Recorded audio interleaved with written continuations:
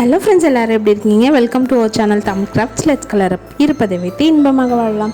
இன்றைக்கி நம்ம சேனலில் லீஃப் என்வலப் செய்யலாம். நம்ம ஆல்ரெடி நார்மல் பேப்பர் என்வலப் செஞ்சு நம்ம சேனலில் பார்த்துருப்போம்.